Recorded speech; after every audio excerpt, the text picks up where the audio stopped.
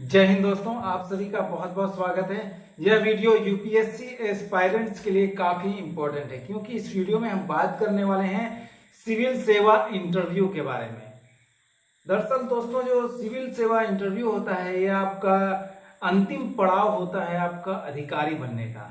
ठीक है, तो दोस्तों अगर देखा जाए तो इंटरव्यू आपका एक व्यक्तित्व परीक्षण होता है, यानी कि आपका पर्सनालिटी टेस्ट होता है या आपके अंतिम रूप से चयन और आपकी रैंक निर्धारण करने में एक इम्पोर्टेंट रोल अदा करता है इंटरव्यू। तो दोस्तों कुछ इम्पोर्टेंट चीजें इसके बारे में हम इस वीडियो में डिस्कस करेंगे। इंटरव्यू के बारे में कैसे कैसे क्या क्या चीजें यहाँ पर पूछी जा सकती हैं इंटरव्यू में। तो आपको मालूम होगा कि इंटरव्यू जो है आपका यूपीएससी इंटरव्यू आपका 275 नंबर का टोटल होता है, तो जिसमें कि आपको 65 या 75% के बीच आपको मार्क्स जो है गेन करना पड़ता है यहाँ। तो दोस्तों अगर हम पिछले 5 या 6 साल में सीएससी यानी कि सिविल सर्विसेज एग्जाम में देखें तो आपका टॉपर्स जो रहे हैं, टॉपर्स ने मेंस एग्जाम में काफी अच्छा स्कोर किया, लेकिन आपका इंटरव्यू में उनके अंक जो है आपका तुलनात्मक रूप से कम रहे हैं। इससे आप दोस्तों आपका इंटरव्यू का लेवल आप समझ सकते हैं, इंटरव्यू का क्या लेवल हो गया है। ठीक है, इंटरव्यू में शामिल होने के लिए दोस्तों सबसे पहले आपका कैंडिडेट को जो है आपका डिटेल्ड एप्लीकेशन फॉर्म यानी कि डीएएफ भरते हैं कैंडिडेट। इससे जो होता है दोस्तों आपका इंटरव्यू पैनल को जो होता है कैंडिडेट का बायोडाटा मिल जाता है डीएएफ में। ठीक है, जिसमें कि आपका डीएएफ बेस्ड क्वेश्चन में आपका जो है नाम, एजुकेशन रहता है और एक्सपीरियंस अनुभव रहता है, उपलब्धियों और हॉबीज के बारे में आपका क्वेश्चंस यहाँ पर पूछे जाते हैं। तो दोस्तों जो है आपका बोर्ड मेंबर जो होते हैं आपकी मेंटल एबिलिटी जांचने के लिए किसी भी तरह का सवाल पूछ सकते हैं। उदाहरण के तौर पर देखा जाए तो हॉबीज की ही बात कर लीजिए आप। यहाँ पर अगर आपको पूछा जा सकता है जैसे कि क्रिकेट या फुटबॉल में अगर आपकी रुचि है तो क्रिकेट या फुटबॉल के जो मैदान की लंबाई और चौड़ाई के बारे में जैसे प्रश्न पूछा जा सकता है।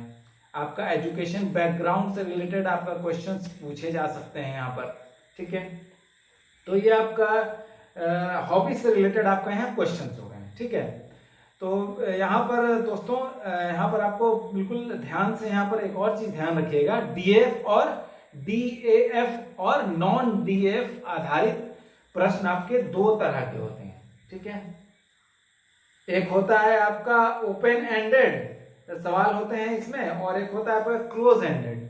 तो पहले हम बात कर लेते हैं क्लोज एंडेड के बारे में। दोस्तों जो है आपका क्लोज एंडेड जो होता है इन सवालों के जवाब हाँ या हाँ ना या फिर एक शब्द में होते हैं। ठीक है, उदाहरण के तौर पर क्या आप वर्तमान में कहीं जॉब कर रहे हैं? ठीक है, आपको कितने साल का एक्सपीरियंस है, अनुभव है? दोस्तों अगर जरूरत पड़े तो आप 1 या 2 वाक्यों में अपना उत्तर खत्म कर दें। यहाँ पर ज्यादा डीपली यहाँ पर जाने का जरूरत नहीं है, नहीं तो आप सवालों के जाल में उलझते चले जाएंगे फिर। क्लियर? तो हम बात करते हैं यहाँ पर ओपन एंडेड सवाल के बारे में। तो दोस्तों वहीं आपको ओपन एंडेड सवालों के जवाब आपका लंबे हो सकते हैं। उदाहरण के तौर पर आप देख लीजिए कि अपने बारे में जैसे पूछा जा सकता है, आप अपने बारे में बताइए, आपकी ताकत और कमजोरी क्या है। ठीक है, स्ट्रेंथ एंड वीकनेस क्या है आपकी। ये सवाल नॉलेज पर भी आपका बेस्ड हो सकते हैं, जैसे कि अगर हम तथ्यात्मक यानी कि फैक्चुअल सवाल जैसे इसमें पूछा जा सकता है, जैसे भारत जो है आपका चंद्रमा के दक्षिणी ध्रुव पर कब लैंड किया था। ठीक है, और वहीं वैचारिक प्रश्न अगर देखा जाए यानी कि कॉन्सेप्चुअल जो क्वेश्चंस होते हैं वो जैसे कि पूछा जा सकता है आपको। उदाहरण के तौर पर मान लीजिए कि एआई क्या है यानी कि आर्टिफिशियल इंटेलिजेंस क्या होती है। और वहीं देखा जाए तो विश्लेषणात्मक प्रश्न यानी कि आपका एनालिटिकल क्वेश्चन जो होते हैं आपका वो भी जैसे पूछे जा सकते हैं। जैसे कि आपका उदाहरण के तौर पर मान लीजिए कि पूर्ण बजट और अंतरिम बजट के बीच आपका क्या डिफरेंस है दोनों के बीच। दोस्तों यहाँ ध्यान रखिए ओपिनियन बेस्ड सवाल मुश्किल लेकिन आपका स्कोरिंग होते हैं। ठीक है, तो आपको इस पे ज्यादा यहाँ पर ध्यान देने की जरूरत होगी यहाँ पर। और जैसे कि आप उदाहरण के तौर पर मान लीजिए कि जैसे आपको पूछा जा सकता है कि आईपीसी और सीआरपीसी में संशोधन की जरूरत है। क्या आईपीसी और सीआरपीसी में संशोधन की जरूरत है? जो ट्रेंड में जो टॉपिक चल रहे हैं उससे रिलेटेड आपका डीपीली में प्रश्न पूछे जा सकते हैं। तो आपका करंट को यहाँ पर स्ट्रॉन्ग करना होगा, जो ट्रेंडिंग टॉपिक चल रहे हैं, जो आपका गवर्नमेंट से रिलेटेड कुछ भी, तो यहाँ पर आपको ध्यान देना होगा यहाँ पर। तो दोस्तों अगर ओपन एंडेड क्वेश्चन में आप विस्तार से जवाब दे सकते हैं, ठीक है, ओपन एंडेड क्वेश्चन में आप क्या विस्तार से जवाब दे सकते हैं, लेकिन आपका क्लोज एंडेड सवाल जो होते हैं क्वेश्चंस में, आप जो है आपका 1 या 2 वाक्यों में अपना आंसर दे दे तो बेहतर होगा। दोस्तों यहां पर एक और चीज आपको देखना होगा, आपको हाइपोथेटिकल सिचुएशन बेस्ड क्वेश्चन पर भी आपका खास ध्यान देना होगा आपको। इस क्वेश्चन में आपका बोर्ड जो है आपका एक काल्पनिक स्थिति यहां पर रखता है बोर्ड आपके पास। उदाहरण के तौर पर अगर आपको किसी जिले का एसपी बना दिया जाए तो आप जिले की कानून व्यवस्था में क्या और कैसे सुधार करेंगे, या फिर आपको जिले का डीएम बना दिया जाए तो आप शिक्षा और स्वास्थ्य वगैरह में कैसे सुधार लाएंगे। ये सारे क्वेश्चंस आपसे पूछे जा सकते हैं यहाँ पर।